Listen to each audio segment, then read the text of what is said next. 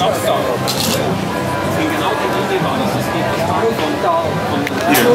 the middle of the room.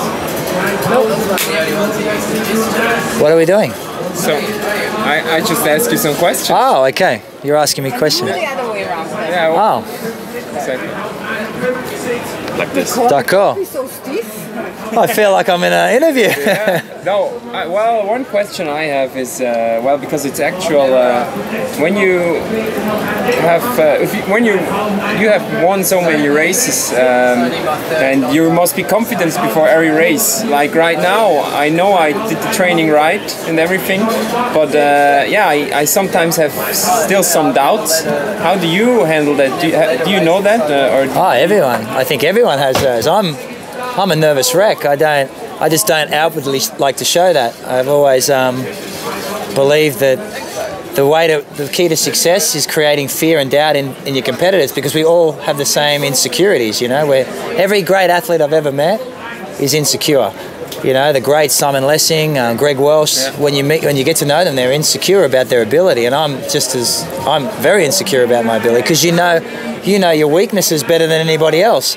So I just really try and stay relaxed and try and back the positive things you've had, your positive training, and know that, you know, when it comes down to it, it's just a matter of being stubborn and suffering, you know, and I know I control that. So That's true. you know, I have absolute control over that. So there's nothing to win any race. You need to be prepared to suffer, and if I quit, I quit. It's the only thing in my life I really control, so there's no use getting nervous about it. So when I hop on that bike tomorrow and I feel I have not a good day, I just suffer more. I just say, yeah, I have to go through. At least I can control that one. Yeah, well, you know, a lot of the times you get on the, because I've had those days, you get on the bike, you're like, I don't have it today, and you panic. Your mind goes very quick. Exactly. I don't feel good. You have to regroup, man. Pull it back and go, okay, relax. After time, it could relax, become better. push, control the things, and yeah, you just have to. I think they're the moments, and they're the races, and you've had them, I'm sure, where you think everything's going bad, and you end up having one of the greatest races, and they're the races you reflect on at that moment in the future. So you'll start going, oh, I don't feel good, but I didn't feel good that time in Zurich, or that time in France. I did that race. Just concentrate, stay strong, stay committed, and a lot of, you know, it will come around. And the races where I've had terrible races, I often look back at them and I quit. Yeah. It was me, you know, like I just said, I can't do this, and I walk and I quit and I stop, and I'm angry at myself after the race. Yeah. And so I say to myself in the race, hey man, this is the moment, and you have complete control, and just regroup, calm, relax, and get control, and then start again, reset. It's like a reset button, and Yeah, I had that in Ironman Hawaii 2008. Yeah. When I wanted to quit after 120k on the bike, because everybody was reeling me in again, and then they disappeared. And then after 170k, I start feeling better. But during that 30k, I wanted to quit, and then I said, well, just keep going. Yeah. And like You had a great race. And then I ran fourth place, and it was my biggest ever best race. And they're the races you should draw on when you're having. You go, hey, these are the events you start to think. You know what? I've had it happened in Kona. I had my best race, and I didn't feel great from the start. You know, I had such a bad patch, and yet I still had my greatest ever race. So I always think, you know, a lot of the time you think your best races are because you feel good from start to finish. And you had that as well now in 2000, like last year, you felt sometimes weaker? Yeah, lots of times. But I think my best race ever in Hawaii, outside of last year, before last year was my best race ever. But it was the year before. Fourth place. Yeah. I didn't have the first, and I didn't have, a lot of the time you always take the result as being, so you know, and it's not always the way. No, you take the result out of the equation. People look only at wins or and not at performances. Totally, and with yourself, you shouldn't do that. And for myself, honestly, my 2009 race in Hawaii is one of my best ever. I was gone, like absolutely gone. And you came short only 4 minutes. Gone. And I had my worst ever swim. I rode the bike. So like with the guys that I was like, and the whole time I'm frustrated because I want to be where I normally am. like regroup, calm down, and I'm so happy with myself that I was able to pull myself together so many times in that race. The hardest race. Yeah, and then you went past everyone. I fell apart in the marathon. I regrouped again, and you take, okay, I got 4th, but I take more from that race as an athlete, and I think that race set me up to win in 2010, because I went, you know what, if I can endure that, I'm a mature athlete now. I can suffer, I can regroup, I can come back, and I can do it again multiple times in a race. That's what gave you the confidence. Gave you the confidence. And so confidence is something you control. So you should always remember that. And remember, I always say to people, everyone has those fears, if you can create doubt, which you have done here in Switzerland, that's the thing. People are scared to race you here because they're fearful of you. You've created a fear in them, and you can create that in other athletes for many things. And it's just common nature for people to set themselves up for comfort. Like they're like, I don't want to go, Ronnie's unbeatable, so I'll take 2nd, And the thing is, if I race tomorrow, the one is already, I have to do it. What happens, I don't know, if I'm back in the swim, my mindset is already, I need to win. There is no other solution. So maybe I'm just doing what I have to, and the other guys do it as well. So, yeah, I don't know. Yeah, no. So sometimes I want to go as quick as possible to the front, but you have to be careful and not to overdo it because it's a long race. But it's hard when I want to be in the first place, but you're 3 minutes back. Yeah. You cannot just say, okay, I go 10K fast and then I'm in the front.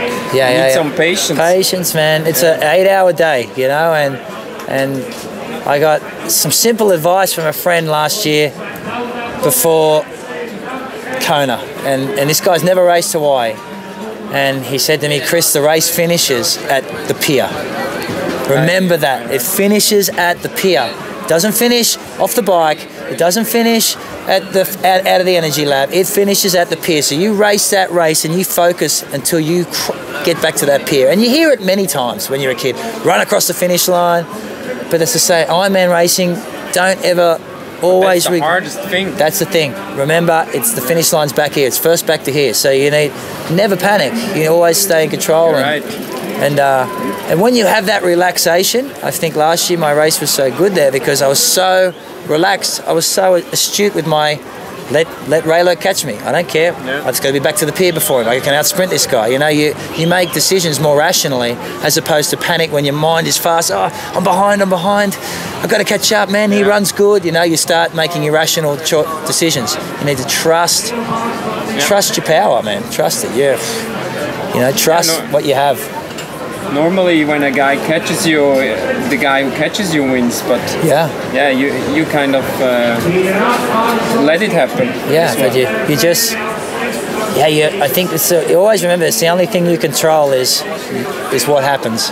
Everything else in life you really don't have much control over things. But when you're in that moment in a race and you're hurting, you have 2 simple choices: slow down or keep pushing. It's pretty basic when you break it down. Like that's it. And if you are deciding, if you make a rational decision and go, okay, this is too quick, I know it's too quick, I'm going to back off, then you live with that decision. You go, you know what, it's the right one. Don't second guess yourself.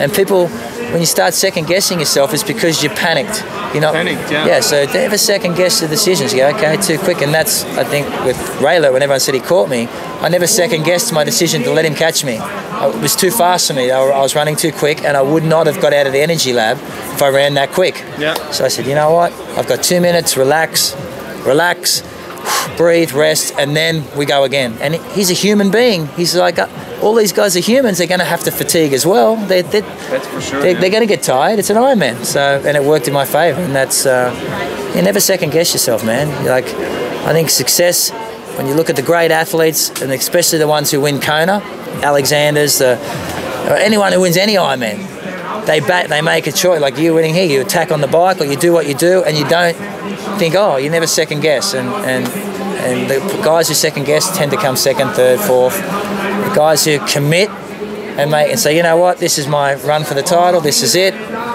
then they tend to run away with it because it feeds itself. It feeds its own confidence. You know, oh man, I'm on. And I know that feeling. yeah, it's a self-fulfilling prophecy. Really, it feeds. That's why I wanted to say before. People have like here, everybody thinks Ronnie has to win, so it's a it's a prophecy, like who. Yeah. So and people come here, man. I would come here intimidated. You don't come here and race you here because you live down the road, and that also, man, no question, it adds an element of pressure to you because it's your home race. But that's what I like. Exactly. For me, it's positive pressure. Exactly, man. Like you don't come here and race you here, and I don't care who you bring here. I wouldn't want to take you on here. It's just normal, you know. Like and people have those events around the world. It's like Marino von Acker in Austria. You'd be game to go there and take him on. I just said in a recent interview that I rather have a fourth place here and the top 3 in Kona, because I won 4 times already here. If I win 10 times here, but in Kona I never succeed. For me, I always want to get better. So here I already won 4 times. I can only do 5, okay, but that's not a step up for me. I want to improve my race also in Kona, and but for sure tomorrow is the most important day, but then also I see it a little in another perspective to in my sportive career to step up. Yeah, well, you're young enough, and the thing I think these races have a lot of pressure, and you don't feel it, but when you start doing a lot of Ironmans, a lot of races, there becomes a level of expectation you put on yourself and a level of expectation other people have of you. And that pressure can wear on you over a season. And when you put, and I see a lot of guys, they do a lot of these big races in a year, and by Kona they're fried. They're fried. You know, and it mightn't be the physical side, it's just the anguish. And I think more than any nation on the earth, Germany has that with their athletes racing German events. They expect so much. And I read that with the German guys by applying more pressure coming into Kona. They couldn't handle it. And they can't handle it. And Kona for you is going to be, you know, I think you come out of here, you're in a good place. It's just a matter of getting your preparation right. You're physically capable of doing it. You've shown that, and understanding what you're capable of doing there. You've got many years to perform there, but I know the feeling of, hey, I want it now, and there's no reason why it can't be now. And you just need to put those things in place, and I would want nothing more than to see you win Kona. I'd be happy, man. I'd be really happy. Nothing counts except winning new. For me, it's kind of like that. Yeah, for me, I lose when I get second tomorrow. But that's my thinking now. I think tomorrow, if I did a good race and I did everything I could and I come second, I can respect also if the other guy was faster. But I will be disappointed. I want to win here. It's normal. But so at the moment, I don't want to think that one guy could be faster. I want to win. That's the objective. But in Rapperswil 4 weeks ago, I got second and I had not a bad race. But the other guy was stronger. He broke the record to beat you. He broke the record of Michael Reller. Totally. By 3 minutes or something. Huh? Yes, and I couldn't be angry on myself because sure, I wanted to win with my friends and everything, but I had to say, okay, that was one faster. So what can I do to go faster next time? Exactly. But I was not too disappointed, to be honest, because I was more like, what can I do better? So you have a party tomorrow in any case? Yeah, in any case, because I will go. I'm really motivated for tomorrow, and I will give everything. So, but to be honest, I know that this suits me good. This course, I have doubts, but I'm also very confident. In a way that I know that's like a prophecy kind of already. So it's different than Rapperswil. Rapperswil is just a race to prepare for this race. So here it's different. I cannot explain the feeling. It's just. And what do you think about this old boy? Well, old boy is I think that I washed the grey out of my hair. I've dyed my hair dark to get rid of the grey hairs. I have the feeling he's younger than me. No, I think. I mean, for me it was great having him here the last few days. For me, it's big motivation if he's around, and not at all. Very easygoing. I really like it, and maybe he doesn't know, but with his we talked a lot, and I always take some things out, and maybe it's great experience from him to profit from that, and I just like positive people. That's for me the most important, to be around people who are positive, and that's great to have, because that's I like being around, because I'm in a different phase to these guys, and I mean that, and for a guy who, you know, I look back and think where I was in 05, 06, 07, it's where Ronnie is. You know what I mean? And I know what you're after. And I know, and you were around for that, Doctor, and I know that, you know, I was dominating in Roth, I was winning in Australia, and I was the same. 5 Australias, so what? Okay, I've got to win it, Yeah. but I want the one in October, you know, and I know that pressure you put on yourself, and I know the selfishness of it, and I know the strain it put on my family, and I know the strain it put on me. It was anguish, but I look back now, and I'm in a different place. I can reflect now, and I just wrote a book about it. So I've just gone through this in my own head, where I am now, and and it's motivating to see guys chasing it. And all my advice, as I said to you yesterday, is be selfish beyond selfish, man. If it's what you want, beyond selfish, like you have to be, because they can crown only one a year, mate. And there's a lot of good guys that want it, and you have got the engine to do it, but so have 10 other guys, and it's the one who is the most selfish and the one who is the most committed and all-encompassing will win it. And for me, I was forced in that position through fear of never achieving, and through expectation of sponsors who had backed me as the next big thing, through my own fear of this is not going to happen. You know, it's not going to happen. I'd been 5 years in. You know, I didn't even have a fourth. I had nothing. 3 DNFs, and I was like, man, and I became almost insular, almost internalized to the point of driving myself insane. And that's when I worked out my systems. I said, okay, I've got to do this. Okay, and I take from every single race, like this race tomorrow. Okay, where was I strong? How is this different to Kona? What do I feel in Kona compared to here? Why am I so strong here? Why is it the heat? I'm going to do a heat race. I need to access whether it's heat. Okay, right? And it becomes a project, and it needs to be that.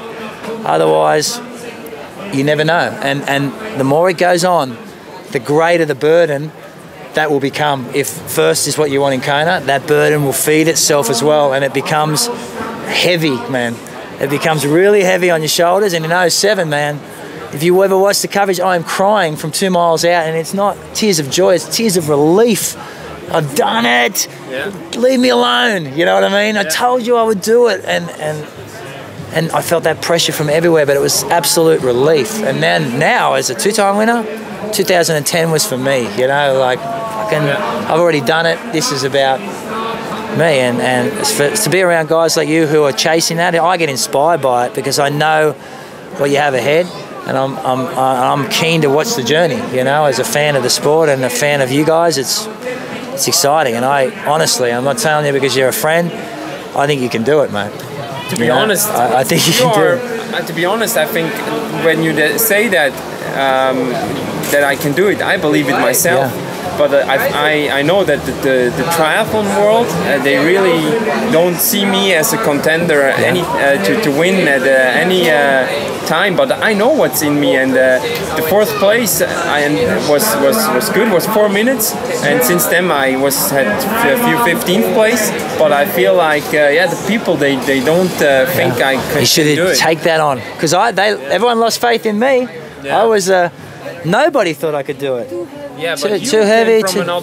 You were world champion already, short distance and everything. You came from another. I mean, I don't know why people signed you.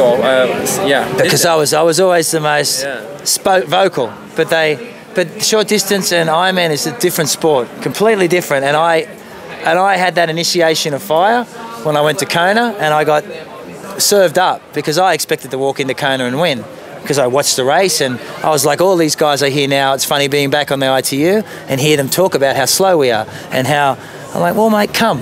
There's nothing stopping you. It's a different sport, and I realised that ITU, you race boys. Ironman, you race men, mate. Men, dude. There's a big difference. They're boys. You don't know how to suffer. You don't know how to endure. You don't know how to regroup. Things go wrong. You race next week. That's your attitude in short course. In Ironman, you put 15 weeks of preparation. You build pressure and a cocoon of pressure around yourself that you never deal with in an ITU event. And so it's different. But I understand people not believing you can do it, because I was too big. I sweat too much. I win everything and fail in Kona. Do it again, fail in Kona. So I had my sponsors going, hey man. I had my wife thinking, oh, maybe you're not suited for this. Everybody I felt wasn't with me. Yeah, but you were already like short. But even if it's, I mean, if we see the runners, the 10K runners, they are great. Haile is a great 42K runner. So you already proved you can be really fast on the short. So it was just a matter of time for me. Yeah, but I think you're seeing that now as through history, because that's what happened. Yeah. But at the time when I was living it, that nobody backed me. Nobody believed it could happen again. And so much to some degree last year. I don't think many people thought fourth. It was amazing how quickly I was retired by the sport. First, mechanical, fourth, finished. Yeah. You know, like that's boom. And that's the pressure that I think that's the grunt that you take, the fact that you don't think I can do it, fine. Your stupidity, and you take that and you got to feed yourself with all these things that give you that mongrel, mate, that selfish fucking drive to win Kona. Because I'm telling you, mate, you've been there, you've suffered there, but to win it, you're going to have to take a chance. You're going to have to make a decision at some point in the race, and you're going to have to back that decision, and you're going to have to back that anguish. And that's the mongrel that you pull out when that decision has been made. This is my run for the title. That's what you're feeding yourself with. You didn't think I could win it. You think I'm too big. You said that I'm and I can only win Switzerland. They're the things that you drive you, man, because I'm telling you, Craig Alexander is an absolute mongrel animal. The Raellerts have some desire, something burning them, and I can't work out what it is, where they get their fire from. And there's other guys like a Neko who's starting to feel the pressure of maybe not winning a Kona, and they're looking for that fire. You've got the new brigade coming in O'Donnell, who could come along and just out of raw. You know, your first one always seems pretty easy. You could do anything. You've got Marino who's feeding that fight, and you're one of the players, mate. You're one of the guys who has to find that, be selfish. All I can say, you have 15 weeks, man. And I would want nothing more than to be standing there October 9 going, woohoo! Welcome you across the finish line. I would honestly love that. And I think you can do it. And it's the next 15 weeks determines that for you. And this is just one step tomorrow in that journey to Kona. And it'll be good.